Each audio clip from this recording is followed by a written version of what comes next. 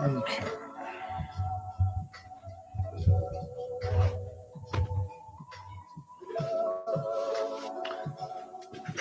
Hey, Link, what's going on, bro? I just want to make sure that everyone can hear me. So is the audio good? Like with my voice to the beat behind it. I just want to make sure the music's not too loud.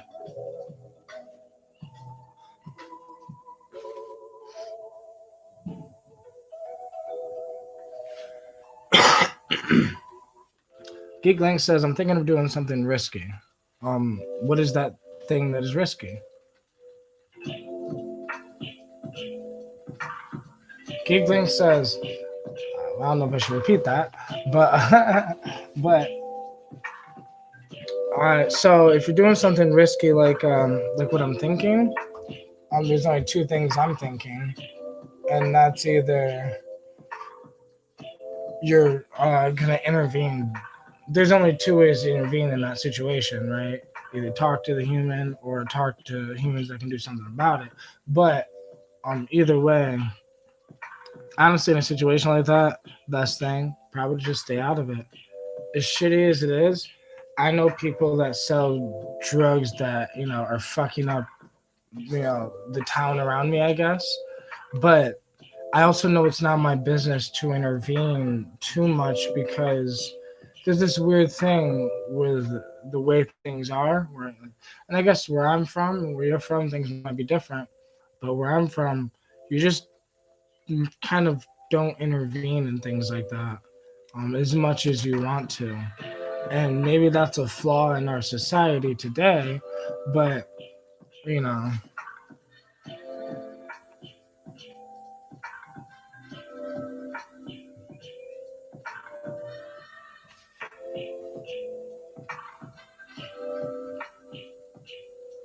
But at least cocaine doesn't kill people. Yeah, it gets people addictive and shit.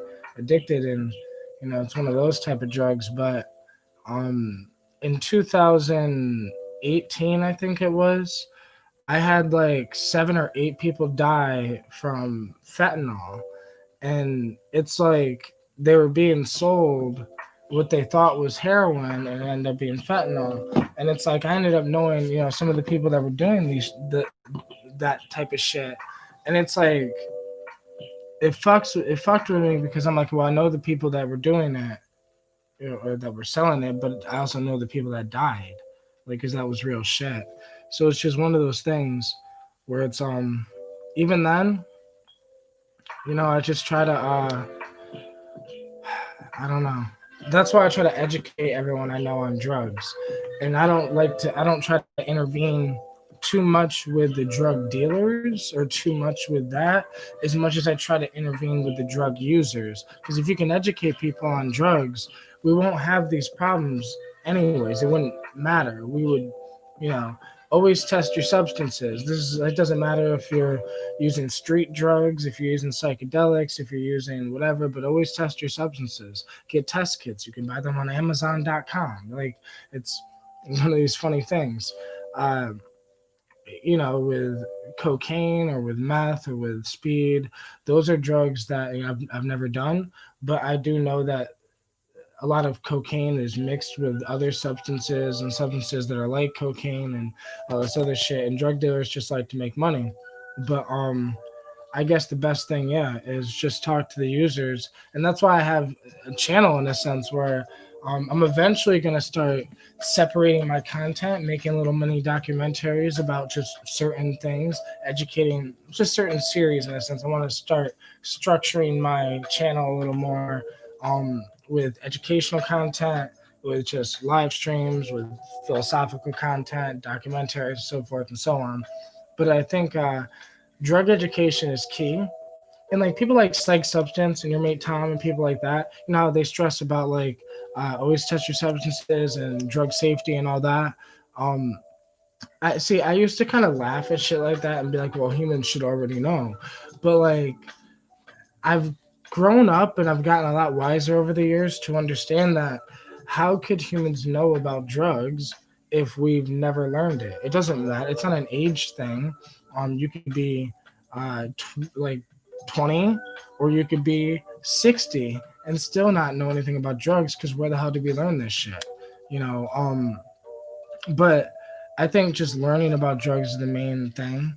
Learning about drug receptors, the different things that like, because drugs attach to different receptors, and if we know this, then we know. Because some people will be like, well, that molecule looks like this molecule, so what's the difference? Drugs are drugs, and it's not drugs are drugs because every different drug works differently on the body and does different things. So it's just one of those things. But yeah,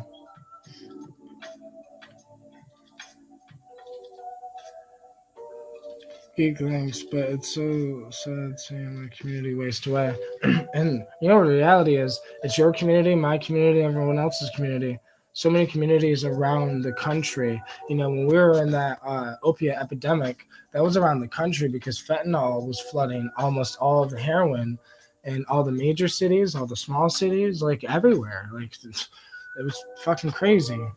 Luckily now things have slowed down and died down, and people are getting smarter. You know, but hey, what's good, Will? Yes, what's going on, bro? Geeklink says, I'm making a video on Phenibut, and I go in depth on the receptors it attaches to and tell my story of addiction and the fact that it's legal and you could buy it online still fucks with me. It's a GABA. Yes, it is. It's a GABA B agonist. I think it slightly works on GABA A as well, but it's mainly its main activities from GABA B. I'm pretty sure it's similar, similar activity to Xanax. It's in those categories of substances, you know, the GABA substances. But I just think people need to know what that is. So I only know all these substances based on me using so many different substances. Over the years, since 2015, I've been exploring, and I guess even no, since 2014, really, I've been exploring and just exploring with many different substances. 2015, I went through a bad stage where I explored with actual drugs. So like drugs like gabapentin, Lyrica, you know, things like pills like Vicodin and Percocet and all those type of things. And I experimented with some SSRIs, Celexa, and a few other substances, and I was mixing things and things that you should definitely not do, and I do not recommend doing. But I learned a lot because then I started experimenting with plants and different plant extracts and different things like that. So I came to get the feel of a plant that works on GABA. Like if the plant works on the GABA receptors, or a drug that works on the GABA receptors, they have a similar feel, a similar vibe, in a sense. And I've gotten to know that, and I've done like little tests with myself where like I'll take a plant and I maybe didn't do enough research on it, so I don't know what receptors it attaches to. I'll take that plant extract, and then based on the feel, I'll be able to tell which receptor it attaches to. Because all plants and drugs that attach to the opioid receptors all have that opioid feel to them. All the same thing with all these things. All psychedelic plants and molecules that attach to the psychedelic receptors, the 5-HT2A receptors, they all have a similar feel, a similar vibe to them. But just something I've noticed over the years. I think humans just need to be more educated on substances before they dive with substances. But Geeklink says I live in the biggest heroin and now fentanyl county. I guess we do too. Like everyone, that's what I mean. Like almost so many people now, fentanyl just took over. And like most people who do heroin probably aren't even really doing heroin. Maybe now, because like I said, things are um slowing down. I don't see as many deaths happening, but I do still see problems with drugs. Right now, I'm seeing a problem more with meth. How like it seems like everyone's on fucking meth, and it's like I said, I've never done meth, I've never done coke, I've never done stimulants like that. So like, and only based on personal observations, of observing humans who have, you know. I observed the people who use psychedelics before I ever used psychedelics, which is why I got into psychedelics because it made me realize that these people are, in a sense, quote unquote, more woke. They're wiser. They seem like they've grown up. But Geeklink says, I'm thinking of buying acid, but I don't have a test kit. Should I just do the allergy test where you take a small test kits are pretty cheap, but it depends on your source. Um and go from there. But I mean, I guess, but it's just one of those things.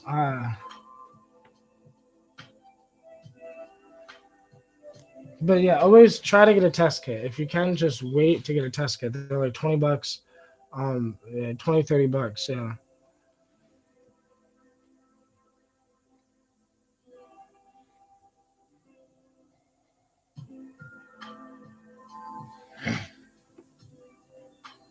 Geekling says, I have an opportunity to work for a company where I would grow CBD and herbs to make blunt wraps and wax, but I feel they're going to try to rope me into illegal activity.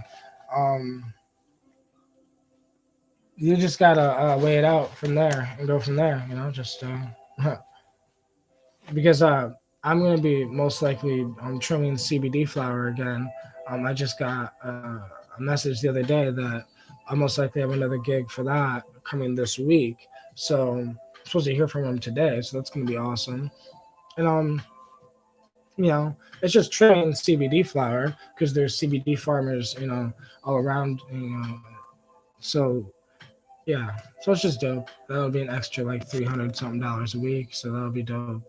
Um, and yeah, things are just starting to flow. My girl just got a job. I don't know if I told you guys. This happened a while ago, but I quit my job a while ago at 7-Eleven. Just because things were just starting to like. After I work a job for too long, it just starts to get to me, and it starts to get to me, and I just, I don't like to be.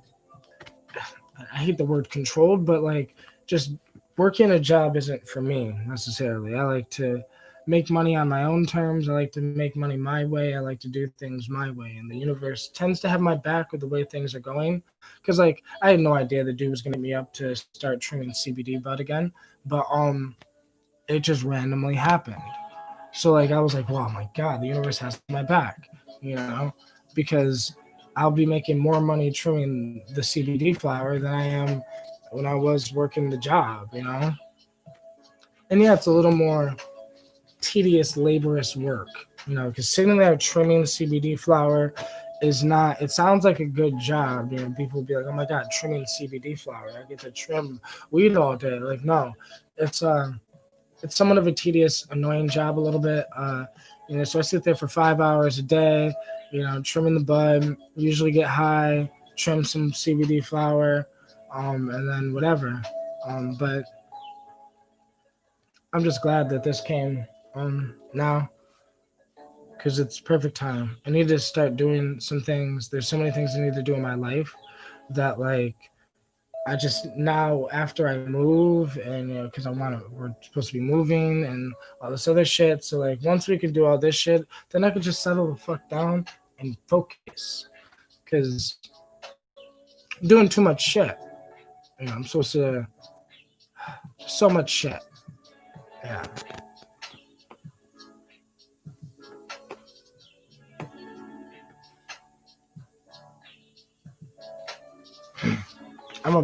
I got a bull packed right now, bro. So I'm about to spark that in a second.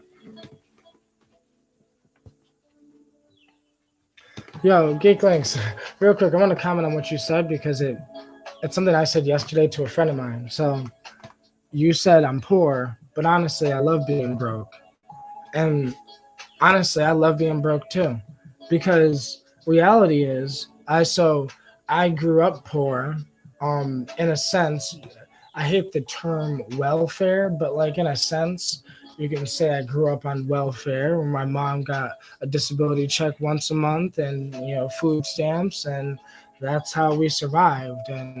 Um, and when I was younger, I remember she only got like $600 in her check once a month. Had to pay the bills, and the leftover was what was left over. But like that was life. So I've been broke my whole life. So now that I've had some extra money, right? This year I've made more money than ever.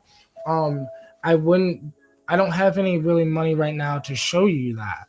There's not really many things I could show you to be like, look, I can prove it because I have all this money saved. No, something I realized with myself, my problem is I don't know how to save money because I was so broke my whole life that all I know is to spend it because there's not enough money for food, there's not enough money for this, there's bills, there's Christmas, there's birthdays, there's this, there's that, and then it's like this. Now in my head, I've been learning to change the mindset of scarcity because the problem is it's the mindset of scarcity that I grew up with. I grew up poor, so therefore I sometimes still think poor. And these are poor habits that I'm learning to recorrect in my own consciousness, learning to fix because I know my problem. See, Geekling says gambling addiction made me lose $12,000, but I think it was for the better, as it was a slap to the face, reality check, and I guess for me, I haven't had that much money, $12,000 ever to be able to even blow like that. So my thing is slowly building, slowly changing habits because I've come to the understanding that if you give a poor person $1 million, they will still end up poor because they don't know what to do with the money. I'm learning to invest. I'm learning that, okay, when I have money, because most of the time I'm going to spend it anyways, either I'm going to buy more weed so I smoke more, I'm going to buy more wax so I dab more, or I'm going to whatever. Uh, so I need to just buy more products more. So I sell Kratom, through my Kratom website. So I need to relaunch my website, pay the price to relaunch my website for a year, and pay what I need to stock up for the products. I'm trying to make a t-shirt company. I'm trying to do a few things, and I have just a bunch of projects. And instead of spending, I need to invest. Still spend the money, but invest in things that make me money. This is just something I've realized that is some true adult shit. And what I've realized is most humans are not grown. That being grown is not about an age. Like, I'm 26 years old, but I'm just growing up. I'm just getting it. Like, it, I don't know. I worked a job for 6 months out of this year, and I have no money to prove it. I only have less than, like, I have about $300 in my savings. That's what I have to my name right now. And I have about $2 in the bank, and that's it. That's bluntly honest. But that will change now that I have this CBD thing, and my girl's a job. So the CBD thing is just money that will eventually save up. And this is what I've also realized is the girl I'm with now, like, we have a good teamwork thing where we're both working for the goal. She understands the goals I'm working towards, so she's helping me get there. So she's gonna help me save for the business, and I'm gonna help her save for her business, and there's this vice versa thing that's going on with reality that didn't go on before. Um, but yeah,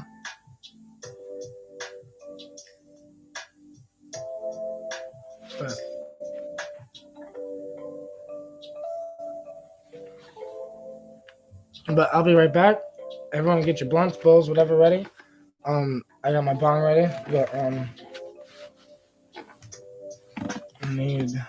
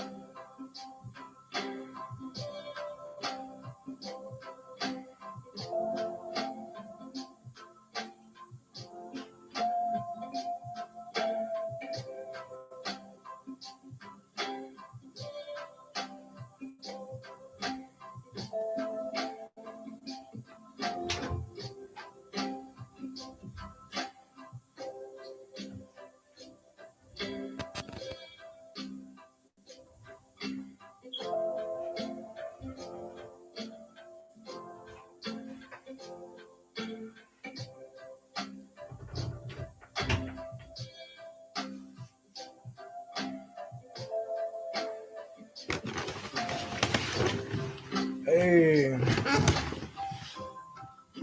what's going on?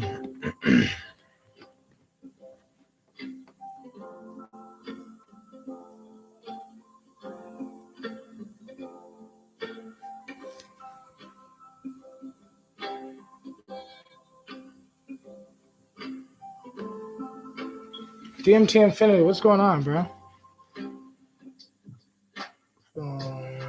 I feel Geekling says, I feel I'm more personally grown than my mother as I have had more experience than her and actually apply what I've learned. Honestly, I feel like the goal of humanity is to do that with all of us. The children should always be more advanced than the parents because we have our parents' knowledge plus our own. You know what I mean? Like, so it's one of those things. But we can also help our parents, evolve as well because if they're willing to listen, then they can gain our knowledge as well as we've gained their knowledge. Um, but and you're good, bro. Like I basically just started it, even though it's been 24 minutes. I basically, I haven't even smoked yet on camera at least. Um, I've been taking kratom for the past 4 or 5 days now. Um, just just while I'm taking I've been taking a little break from from the LSD and taking a little break from psychedelics, and not a long break, but just like a week or two. Uh, but I'll probably be tripping today, honestly, um, either today or tomorrow. But Yeah, it's one of those things. But after I smoke and shit, if you guys got any questions, anything you want me to talk about, uh, yeah, Noah Forward, DMT Infinity. I've never heard of him, but I can't wait to see it though, because like you wouldn't have people on if they weren't dope. Like that's why I like fucking going through your channel and shit because you just have dope content. I like conversations too. I like psychedelic conversations when two psychonauts or two philosophers or people with deep minds communicate. You know.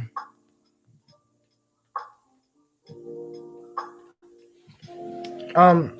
So, damn. Hold on. Let me. Trippy Man 710. What's going on? The Wise Fox. What's going on, bro? The Wise Fox has been with me for a while. Like I remember. I'm pretty sure I remember seeing the Wise Fox on my like first YouTube channel. Um. DMT Infinity says, "How's the combination of kratom and THC been in your experience so far?" It's always borderline psychedelic for me. So for me, it's the only way I've ever really taken kratom.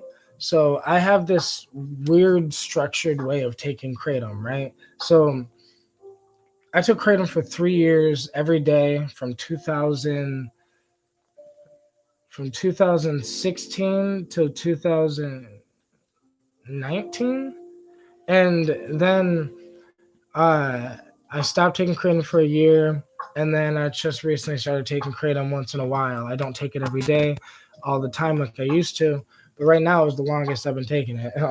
So, but for 3 years straight, that's all I knew was like kratom and THC, so kratom and weed. But I had this weird structured way of doing it, kind of like a ritual. So I would make my kratom, and I usually get a cup of really hot water, boiling water or something, and so this is an example. This is what I put myself. I usually fill it with like boiling water. Put boiling water in it. Dump my kratom in it. Usually anywhere between 3.5 grams and 5 grams. And then I'll shake it up and put it in the freezer to cool it down. Sometimes it freezes, which I feel like it works a little better if it freezes because it helps break down the plant matter itself. But and then I'll drink it. Once it thaws out, or once if it's cooled down enough to drink when it's not hot as fuck, and then I'll drink it down. Um, and then I do something called the 30-minute mark.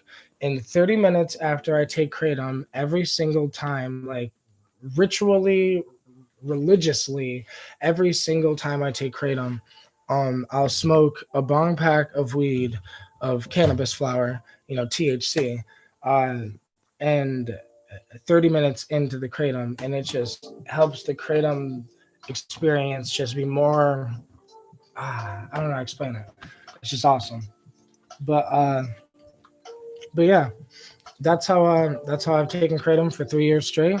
Um, and yeah, I almost really don't know what kratom's like without cannabis, because I've always used cannabis with the kratom, but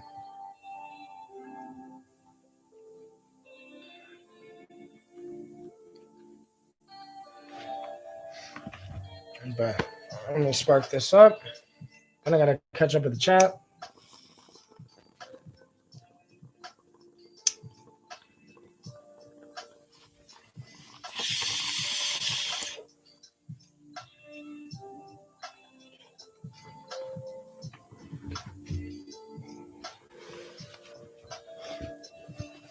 Ooh.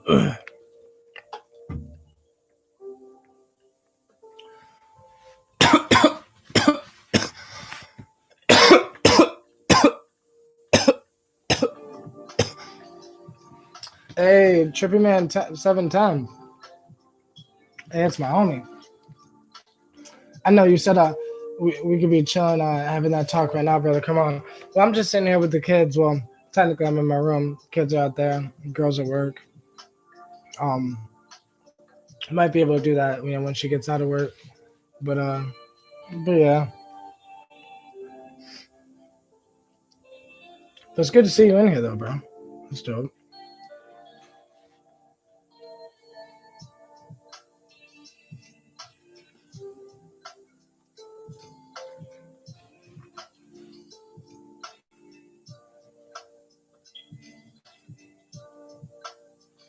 Geeklink says, so a girl died in my house, saw her dead body was on DXM, and saw her ghost standing in the corner of my room. I'm experimenting with Gotik demons, and now things are moving in my room. That's fucking crazy. Well, I'm sorry to hear that, bro. Yeah, that's a traumatic experience. And like, especially on substances, that would definitely fuck with me, you know. I would definitely suggest, like, all jokes aside, I would definitely suggest saging the house, doing something.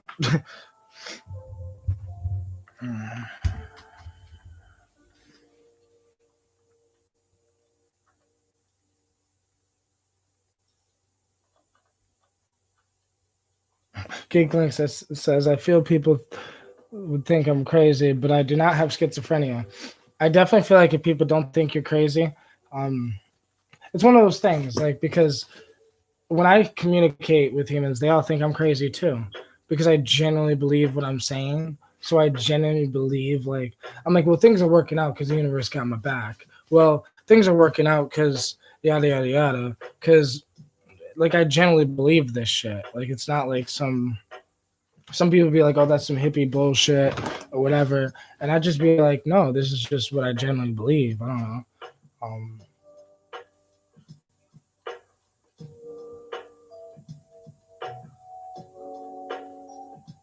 But I generally believe in the spirit world. I believe psychedelics like mushrooms, DMT, ayahuasca. I believe they have the ability to give you access into the spirit world. If you take a high enough dose of it, if you meditate with it, if you let it rip you from this world and take you to the next. But I just think it's one of those things. Sometimes we don't know what we're really doing, and we think that we're just tripping, but it's deeper than that. you know DMT Infinity says, I can't wait to see your rap music video. You are my all-time favorite psychedelic rapper, period. I really appreciate that, bro. It's funny you said that, because I was supposed to be making music today, but it's just one of those things, because my girl's at work, so I was supposed to be making music, and I might make music because she's working till 3. So it'll give me time to sit here, make a beat, do my thing. But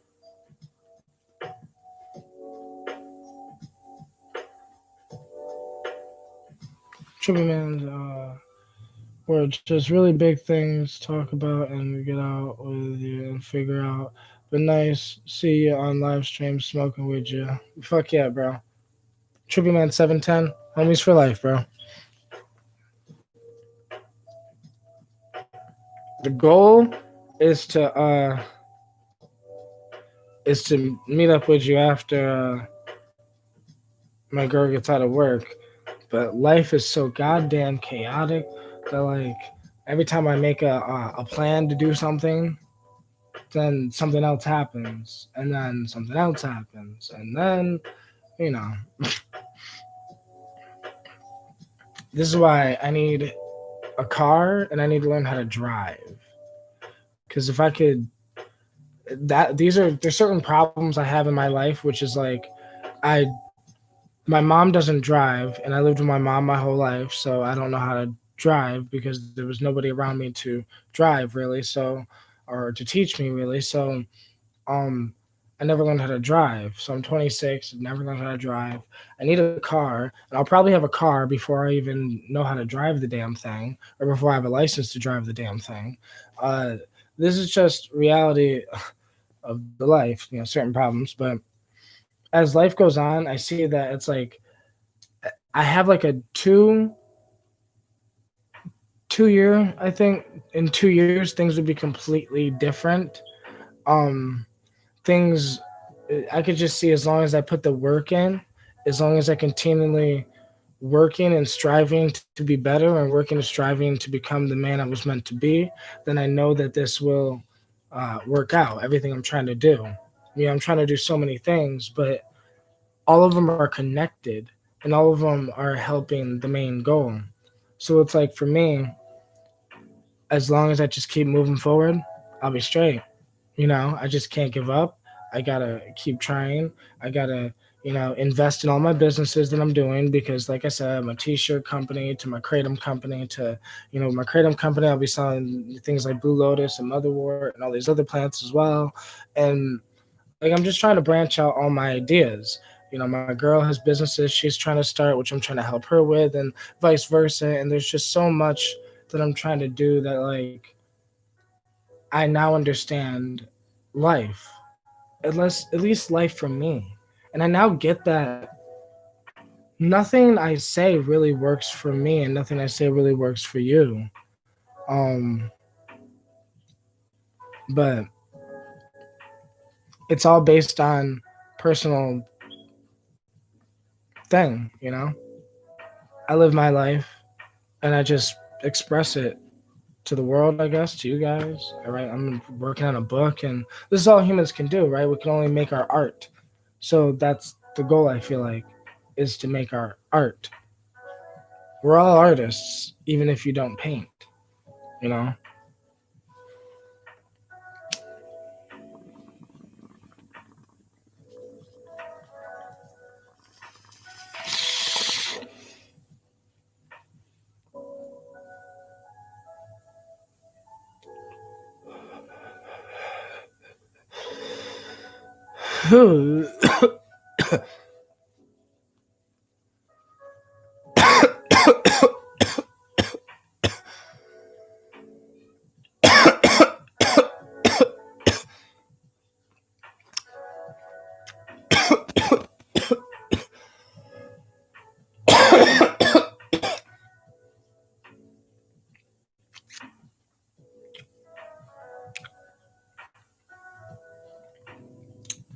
Ew.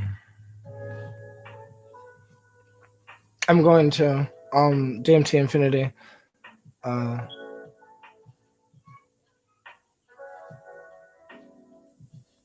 870 Polo, what's going on, bro?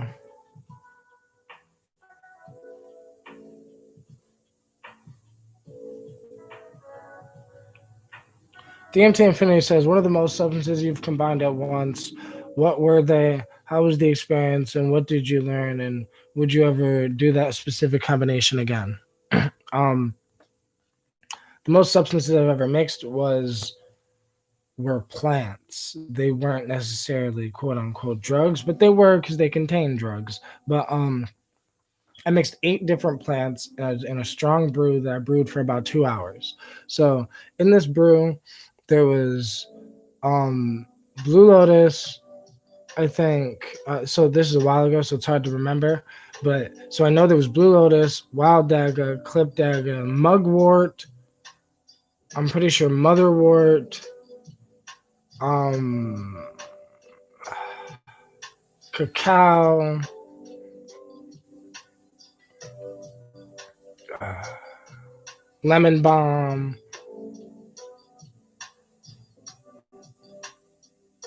something else. It's just one more ingredient and something else.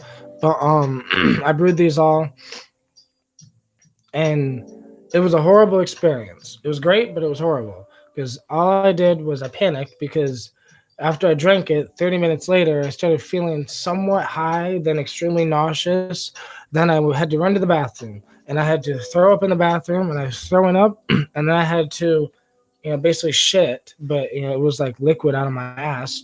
Sorry for too much information, but as I was vomiting, so I had to vomit, then turn around, shit, vomit, turn around, shit, and this happened. This lasted for about 15, 20 minutes. So about 45 minutes into the experience, maybe 50 minutes, I'm sitting there on the toilet, like just laying there, and I start to feel a high in a sense.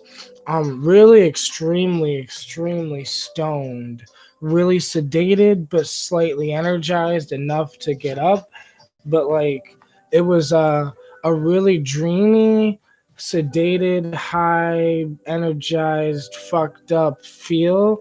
But I was still nauseous, and I ended up going into my bedroom, which is right across from the bathroom, and I ended up just sitting down and just sitting with it. And I remember just sitting with it like this, just staring off and analyzing. Because when I take substances, I like to analyze what it's doing to me, the physical effects, the visual effects, the audio effects. I like to see, does it intensify touch? Does it intensify sound? Does it do something to the visuals? Does it like, that's what I like about substances the most, is just analyzing what it does. So as I was sitting there analyzing it after I'd vomited and whatever fuck, um I was just sitting there, and it was a really stoned, fucked up type of high, but slight energized, probably because the cacao, because I put like, I think like 4 grams of cacao in there, and um, oh, the last herb in there was Damiana, and Damiana also gives energy as well. Um, so like there was just this uh it was just an amazing type of high, but I would not redo that because of the vomiting and whatever the fuck. But it was just a really interesting experience just to have. And that was in 2017 when I was really diving deep and exploring with different herbs and herbal extracts and things like that, different herbal mixtures. And uh, I made a mixture that I would not recommend recreating because it was dangerous, because whatever. So I made a mixture using uh, the cappy vine, which is like the ayahuasca cappy vine, but I only used a small amount of it. Um, Lemon balm, uh, acacia confusa, um, and I think wild daga, and I mixed those together, and I brewed that only for 30 minutes. Though if I brewed it longer, it probably would have worked better. But if I brewed it longer, it probably would have been dangerous. Um, and that had a sedative, psychedelic-ish effect to it, where I was just kind of sedated on the floor, but like laying up, looking at the ceiling, and it had a slight psychedelic-ish effect to it. Um, but I've had my fair share of experiences with mixing different plants and extracts and things like that. Different plant extracts.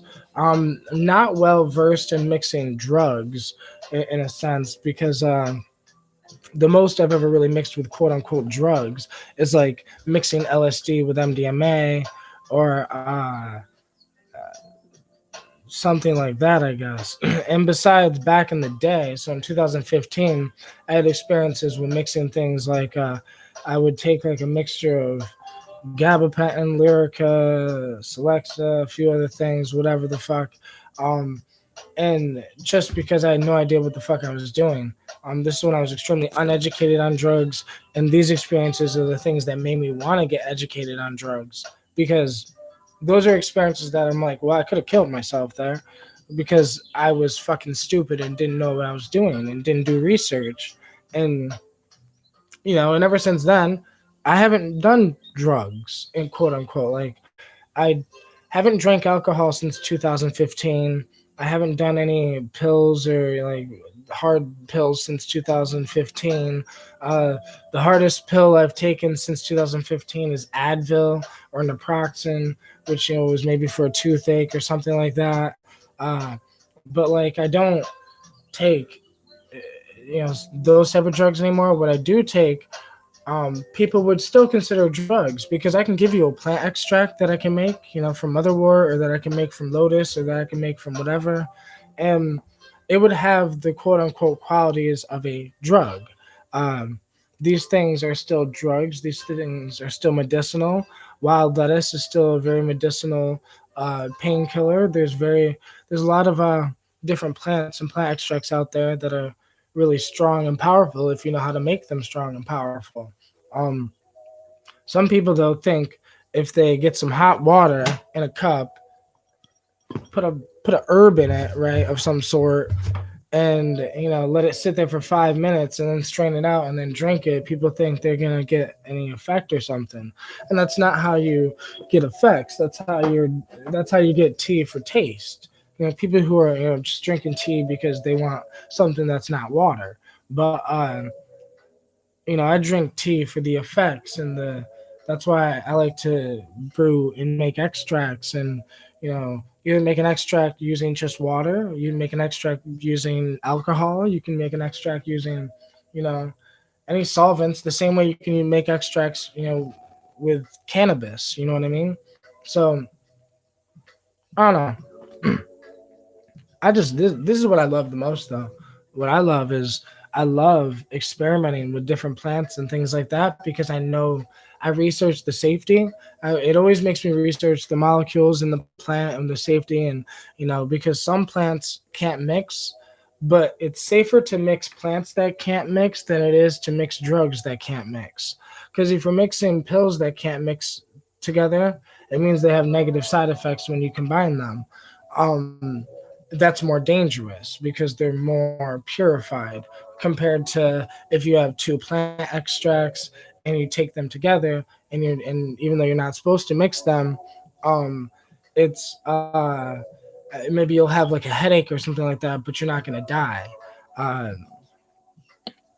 so DMT Infinity says, "What is the simplest way to make kratom extract?" So there's two ways that I personally make kratom extract, and I follow these methods to almost every plant extract that I make. Um, so alcohol extract is like a tincture, but then you evaporate the alcohol away in a sense. And depending on if the alcohol was frozen or not, whether the alcohol was warm, did you use heat, these will affect the type of extract and the type of product you have in the end.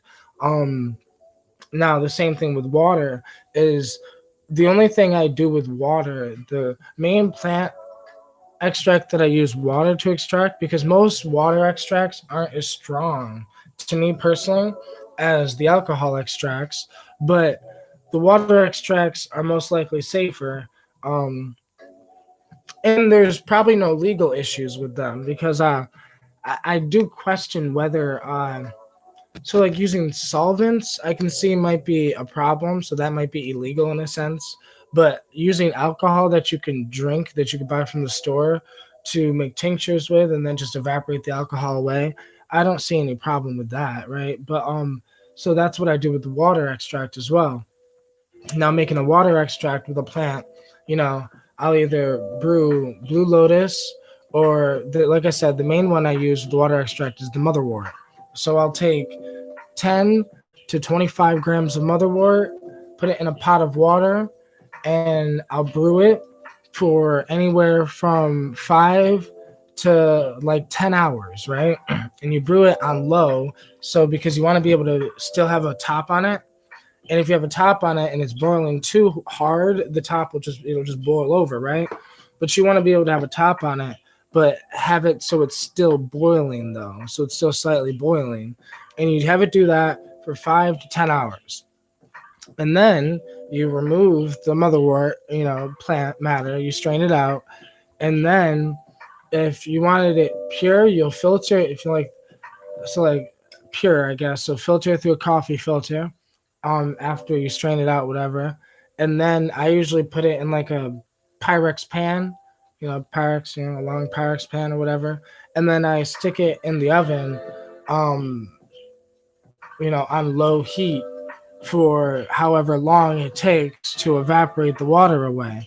Then, what's so beautiful with the motherwort extract, it's different than any other extract that I do this way, is that you'll be left with a crystalline extract, and that is very, very, very potent. That extract is more potent than most water extracts.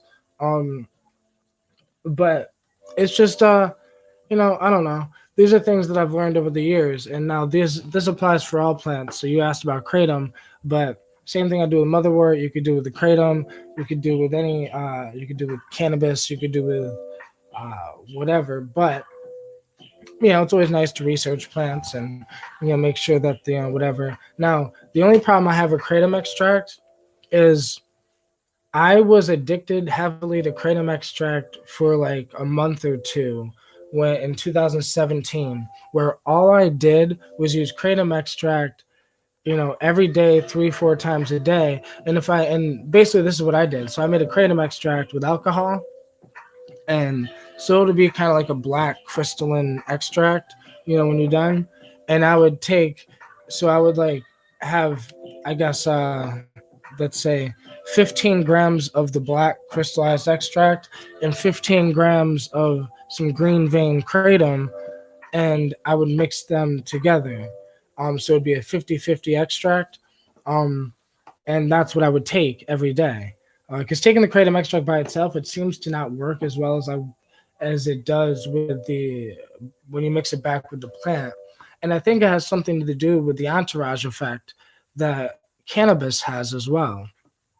So, some plants and some drugs, the reason why plants sometimes work better than the extracted drug out of the plant is because the entourage effect of the other molecules and the other substances that are in the plant. So, when you're extracting with kratom, you're only gonna with alcohol, you're most likely getting the mitragynine and the 7-hydroxymitragynine and maybe a few others, but that's mainly it. Um, and by isolating that, you're not getting all the other molecules that are in kratom that help with the effects of kratom. Um, but taking that extract all the time, I definitely got way more addicted to kratom, and you could feel that kratom is more addictive when used in an extract. And now in my life, I just use kratom leaf. There's no need for me to use the extract because I've been down that road. But almost every other plant extract that I've dealt with and used, I don't see a problem with addiction or anything like that. That's why I'm really hesitant on using plants that attach to the opioid receptors. Um, I'm even really hesitant on plants that attach to the GABA receptors. Because I used to use California poppy, and I used to love I would smoke California poppy seeds, and so I made an extract with California poppy seeds, and that was really, really, really nice. But I could see that could be slightly addictive because it only lasts like 30 minutes, but it's a really nice, strong high. It's really nice. Just there's many different plant extracts and plant things that I've done over the years. Um, the California poppy extract, I just took California poppy seeds, crushed them up, mixed them, with alcohol. Um, let it sit, then strained it out, evaporated the alcohol away. Then you're left with like a wax, kind of like with weed too, but it's clearer. And then I just rubbed that wax on some weed and then smoked the weed, and that was really, really nice. But there's been a lot of different plant mixtures and plant extracts and things I've tried over the years that have been so nice that I'm like, for me personally, there's no need for me to do drugs. I don't have any interest in drugs because they have no history behind them. I love plants because they tend to have more history. Some people would say they're not as intense, and it's because they're not doing this, right? They're not making the extracts. They're trying to make teas and even a tea. So I'd like teas, but when I make a tea, it has to be brewed for hours on end. It's usually brewed for anywhere from 3 to 10 hours. So, you know,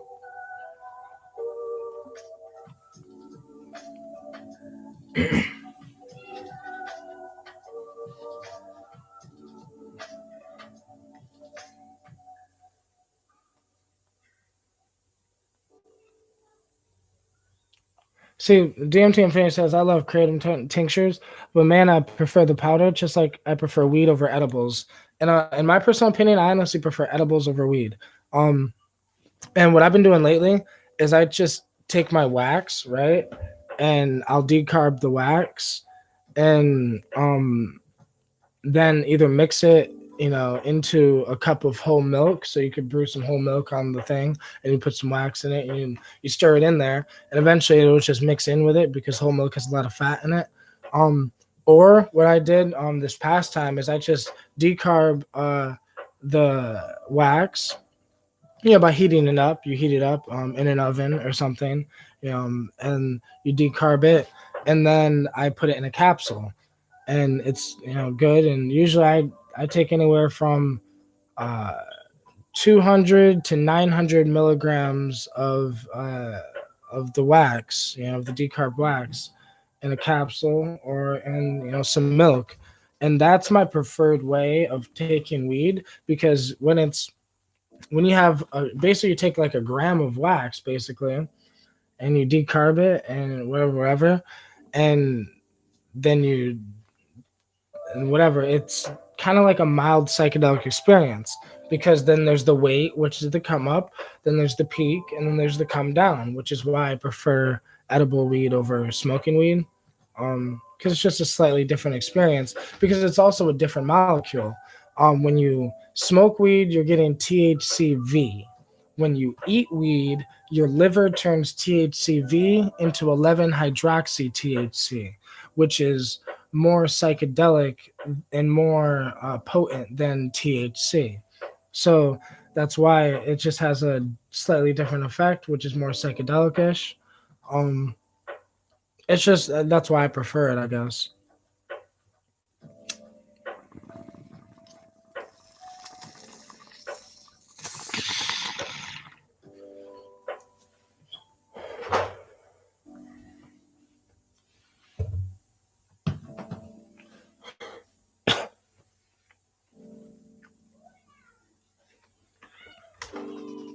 Jacob Stoner, what's going on?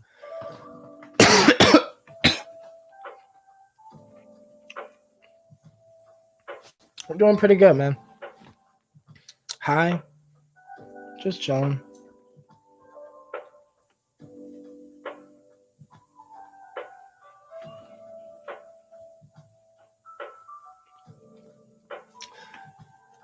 I kind of stopped making brownies and stuff like that, um, because they were always kind of hit or miss for me. That's why I tend to make edibles with wax. But when I brew it in milk, I do put some weed in there because, like I said, I was talking about the entourage effect. I think there's something to having some of the other cannabinoids mixed in there, other than the ones that are in the wax. But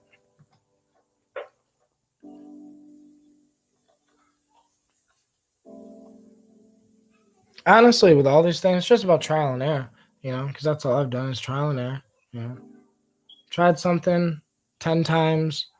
Sometimes it works, sometimes it don't. You kind of perfect it, you get it right, and then you go from there. You know.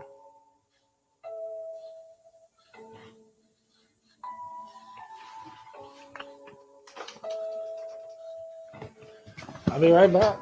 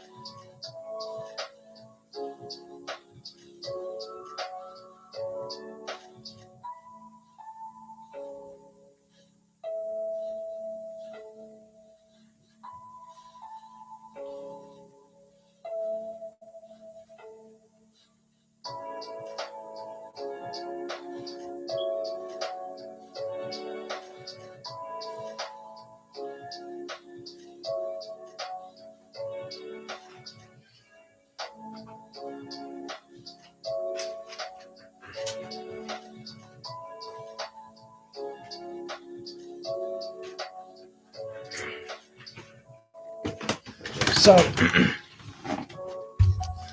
so the one thing I really want to try to explain to people, really, is that no one is gonna save you. Like, I don't know where the fuck this came from, but so I was trying to explain this to I don't know, I've been trying to say this for like past couple weeks now. So like, reality is, it's like it's all up to you, because if you don't do the things you want to do with your life, you're the only person that's gonna be upset about it. You know, like it's your mom is proud of you no matter what you do. Your mom would be proud of you whether you worked at McDonald's or whether you were the CEO of McDonald's. Your mom would be proud of you. And this is the funny thing about reality, is that what we need to do is come to the understanding that it's all up to us to work on us. And I think we live in a society that's so money driven, and that we forget that we should be living in a society that's emotion based driven, which is based on feeling, which is what do you, out of 24 hours in a day, how many hours of those day are you feeling like you? How many hours of those day are you feeling like the person you were meant to be? How many hours of those day are you doing what you were meant to do? This is a funny thing, but I don't know how to explain it to people. I just I don't know how to just I don't know. It's one of those weird things where I can make videos, right? I can tell you I've talked to so many different people, but you can't. There's this just weird thing where people don't want to hear the truth. So if you tell all of the answers are out there to the most simplest things that you've all heard, everyone, and most of the people on this stream right now, they're fine, like y'all got it right. But like, there's so many people in the world that don't have it, that don't get it, that don't uh, I guess understand that the simplest way to become to get what you want is to put the work in, to stop slacking, to do research. You know, everyone says, so I didn't finish high school or any of this, but I didn't need any of that because the information is available to me on the internet. As long as I put the work in, I search for it. Whatever you're searching for in your life, you will get. You know, the reticular activating system in your brain allows you to see what you focus on. So like, I see more opportunities because that's what I'm focusing on. I see more opportunities to grow and to become a better man into whatever the fuck I'm trying to do because that's what I'm focusing on. Whatever you focus on in your mind is what you'll become. So I've also came to terms and understand that so many people in this world don't have good self-talk in their head. Like, because I have such amazing self-talk in my mind, I thought that other people did too. And it goes back to the fact that humans are kind of selfish and we're all kind of like stuck in our little bubble where we think that other people are just like us because, if you've been doing something since you were born or thought a certain way since you were born, you might think that other people do that same thing. Reality is most people don't. Reality is we're human, we're all alike, but we're all very different as well. And we all have different upcomings. And I was so lucky that like, even though my father wasn't in my life as much as I would have liked, I was so lucky to have enough mentality to be like, who gives a fuck? Some people get stuck on that until they're like 30, 40 years old. And I was able to get over it at 8, 9 years old. Um, I don't know. My mother taught me self love and taught me how to just, you know, focus on the self and be there for the self. And I think that that allowed me to grow up to have this mentality of, I got this shit. I can have no money. I could be homeless, but I'm going to think to myself, I won't be here forever. I think so many people get the woe is me and they don't know what to do in certain situations. And the life lived has helped me gain a high tolerance to pain, but at the same time, I'm just, it's just all I know, right? This is just my life. This is just reality for me. But what I'm coming to the understanding is that you can't teach that to other people. As much as I want to teach to other people that uh, how to be motivated, the best way I could teach someone how to be motivated is that I think about death all the time. which motivates me to do something today because I might die tomorrow. And that's not a joke or anything or whatever. And like it kind of goes back to all the things that could change someone's life. You could change your life in 1 week. Everything you need to do to change your life, you can accomplish in 1 week. Which the main thing is analyze what you are watching in a week, analyze what you're listening to in a week, not just what you're eating in a week. You need to go on a diet for your mind. So you need to, in a sense, that's how you change quickly, dram- dramatically, drastically, and fast. Is you immediately cut off those things that are not serving you, those friends that are not serving you, those TV shows that you watch that are not serving you, that are not teaching you anything, that are not teaching you things that you want to learn in your fields. So, like, if you're an artist and you're watching movies and you're watching gangster movies, all day long, like, what are you doing? Like, you should be watching things on artists to inspire you to make more art. You should be watching documentaries on Da Vinci. You should be watching um, things that inspire you to do your field. If you're a musician, if you're going to watch Netflix, if you're going to watch things, watch documentaries on other musicians. Watch how they did it. Analyze how they did it so you can do it. So you can learn more about your thing. And that's kind of what I do with YouTube or what I do with whatever. I analyze Terrence McKenna. I listen to Terrence McKenna, sometimes for 5 hours straight a day for weeks on end in 2014 and 15. That was my thing, right? That's how I started learning more about the psychedelic thing, was by just listening to Terrence. And I stopped listening to bullshit. I used to just watch bullshit in movies and nonsense. But then there came a time in 2014 where I was like, fuck that. And started listening to Terrence, started watching documentaries on space and things about science and things about quantum physics and things about this and that. And I slowly became the man I am today because I put the work in from 2014 until now, 2020. So now it's like 2020, almost 2021. This is 7 years, right? No, it's 5, 6. Yeah. 7 years. 7 years of nonstop research. I still watch movies occasionally, but now it's like I feel like humans need to discipline themselves. I've learned to discipline myself. So, like, I will not watch a bunch of movies unless I feel like I've put the work in the week. I went to go, do some things yesterday, but only because I felt like I put some work in the week. Um, I'm gonna go probably hang out with my friend later today, or tomorrow, because I feel like I deserve it because I put the work in over the week. Uh, these are There's certain things that I've realized that you just have to put in yourself based on habit, because the problems we have are our habits, and our solutions are changing those habits into better habits that serve us, habits that serve our family, habits that serve the people around us. And you just got to find your habits. And the main problem with that is the ego gets in the way and doesn't want to hear anyone else. So, like, sometimes people would be like, why are you putting me down?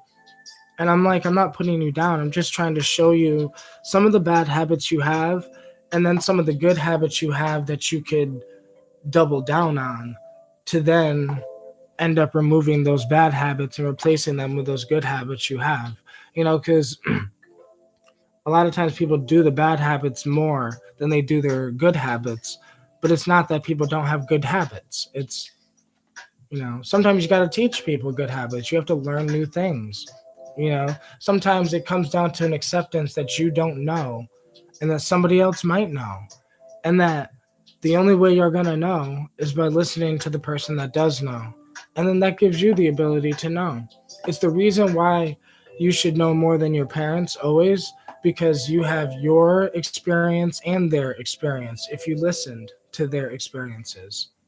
You know, if you listen to your parents' experiences in life and your grandparents' experiences in life, then you learned from their mistakes and learned from their experiences, and now you have your own experiences, and now you're just that's that way of evolving to growing to becoming the person you were meant to be. You know, it's just about facing ourselves, seeing what's wrong, and fixing it.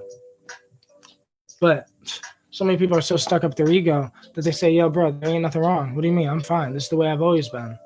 And if you think that's the way you've always been, then that's the way you'll always be. Yeah, that's why you're stuck. You're stuck because you choose to be stuck based on the way of thinking.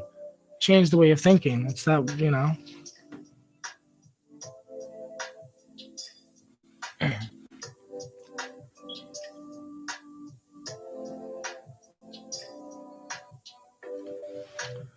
DMT Infinity says, are you going to make a 500 subscriber special now that you've hit 500 subscribers? You should do a 24-hour live trip report or a 12-hour live trip report. I mean, I was thinking about it, but the problem is, bro, like I kind of lost my enthusiasm for that type of shit because this would be the second time I've done that. You know, when I first reached 500 subscribers on my first YouTube channel, you know, I did do that. And then when I reached 1,000 subscribers on my first YouTube channel, I did do that. And I was about to reach 1,500 subscribers on that YouTube channel, and then it was gone. So, like, you know, it was just one of those things where I'm like, you just kind of lose, you know, whatever. But I'm probably do it when I hit 1,000 subscribers though on here, because then, you know, I could just pick back up the momentum and go from there. But it's taking me a little longer to rebuild subscribers and rebuild things on this channel, but it doesn't really matter because I've also been doing a lot of other projects and a lot of other things, and so many other good things have happened this year that it's like it's okay. Things are moving slow, but at least things are moving. That's all that matters.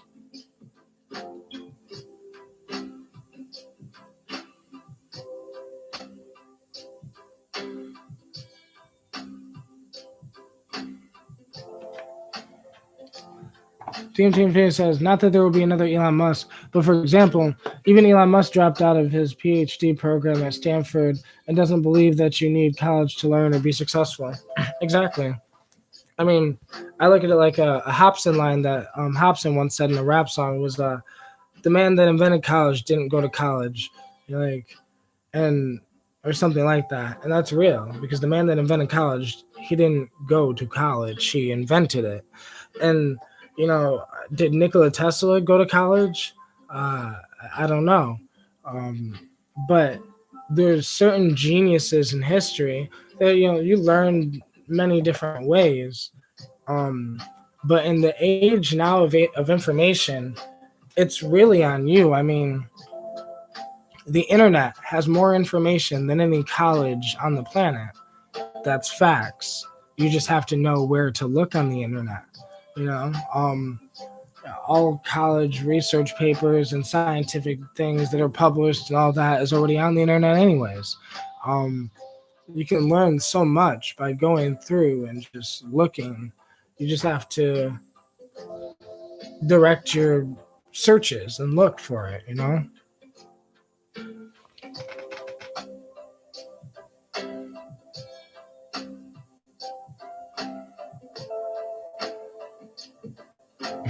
DMT Infinity says, living every moment like you're going to die in 10 minutes, but still being prepared for if when that doesn't happen is how I do it.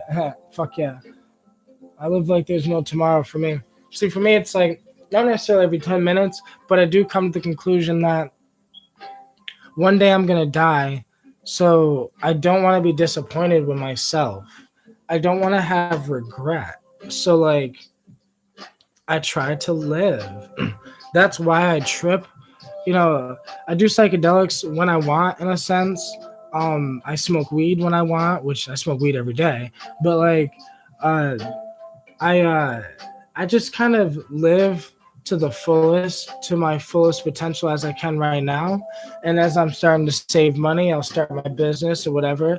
Maybe I'll live a little fuller in that way, but I don't need to. Because I've learned to be so beautifully alive and rich with nothing. You know, I've learned to be rich with no money. That's the key that a lot of humans just don't get. You got to learn how to be rich with nothing, because then you will literally have everything. Everything. You know, you'll have freedom of the mind. You'll, you know, nothing is bullshit unless you believe it's bullshit. So when I tell people thoughts create reality, when I tell people, you just got to trust in the universe and the universe got your back, all this other shit, some people will be like, oh, that's some hippie bullshit or that's bullshit. And that's why that shit don't work for them. And I feel bad for them because they're stuck in an illusion of doubt. They're stuck in an illusion of won't work, can't work, so it won't work for them, and it can't work for them because they're stuck believing that. They're stuck in beliefs that are not serving them. Even if you think it's bullshit, does that belief really serve you? If you thought it worked, that belief at least would serve you if it worked, And if it doesn't work, keep trying. It also depends on how much you believe in what you're doing. Do you believe in yourself? A lot of people are looking for motivation from other people, trying to get a cheer. Like, you can do it. And yeah, you can do it. But to be honest, I don't need a cheer from anybody. I don't need a cheer from my family, from my friends, from my mom. I don't do this for them necessarily. I know that what I'm doing will help them, the repercussions, like, if I make a lot of money with what I'm doing with my business or whatever, it will help my family. But that doesn't mean I'm doing this for my family. The real reality is me living my dream, me doing what I'm doing, chasing my dreams or whatever the fuck I'm doing with my life is the most selfish thing I can do, because I'm doing it for me. I'm doing it because it makes me feel alive. It's the only thing that I feel like I can work at this shit for 24 hours straight and not sleep, 48 hours straight and not sleep, not using drugs, just smoking weed, right? And I'm not going to feel tired necessarily. I still feel energized. Like, I feel like when you're doing what you were meant to do, it makes you feel alive. I feel so driven, so passionate, so fulfilled. And it's like, I don't really have much time to do a lot of things. I don't have much freedom. I don't have whatever. I'm doing so many things. I'm trying to do the business thing. I'm a father. I'm trying to do so much, but it makes me feel alive. I don't feel tired from it. So many people would be like, man, that seems like a lot. I don't know how you have the motivation to do that. And it'd be like, because it's all feeding me. It's not draining me. That's why I have the motivation, because it's like, I'll be done with this live stream and now I have enough energy and I'm feel fulfilled to fucking make another song, to make a song or something, to make a beat, or to like just do. I just feel like I need to do more.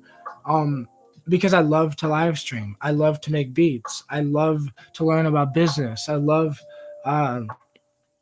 once I save up enough money, invest in the product. I love those things. I love running to the post office to send out the products. Like, some people be like, that shit's hard work, and I'm like, like, what the fuck? To me, this is so fulfilling. I feel so alive. And I think that's the point, to find the thing that makes you feel alive, to find the thing that makes you feel fulfilled, and do it, But yeah. Baby Longstock, what's going on?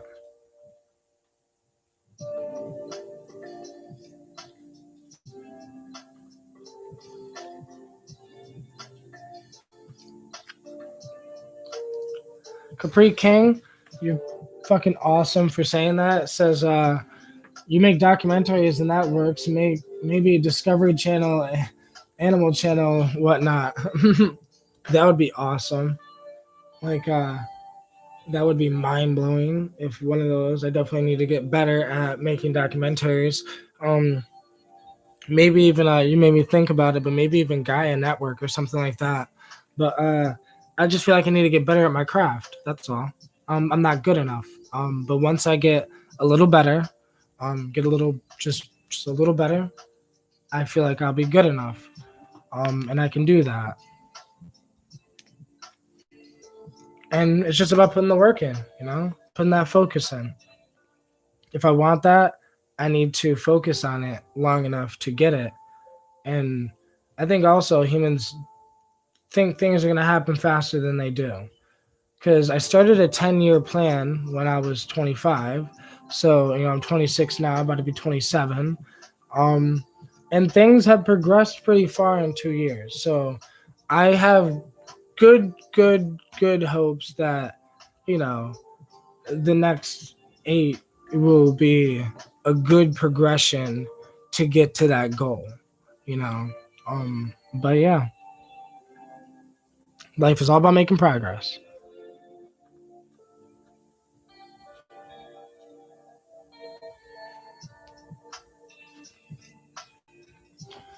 Capri King says, I couldn't do all that smoking weed like you do. Why don't you get tired? I don't know. Smoking shit ton of weed. You know, I do a lot of psychedelics. Like, I don't know. Lately, I mean, I've been doing LSD like once every like week or two. Sometimes once a week, sometimes once every 2 weeks, something like that. Um, I also do a lot of motherwort, and I do a lot of edibles, and right now I'm taking kratom, and uh, I guess it's just my lifestyle. It's just kind of the way I live. It's kind of just the way I've fluctuated, and it wouldn't work for everybody. Because you're right, some people would be too tired to, in a sense, do something. But it's, I guess, because I'm doing so much at such a high pace all the time, it's really good for me to take things that slow me down, because it really helps me. Um, yeah, but it just works for me.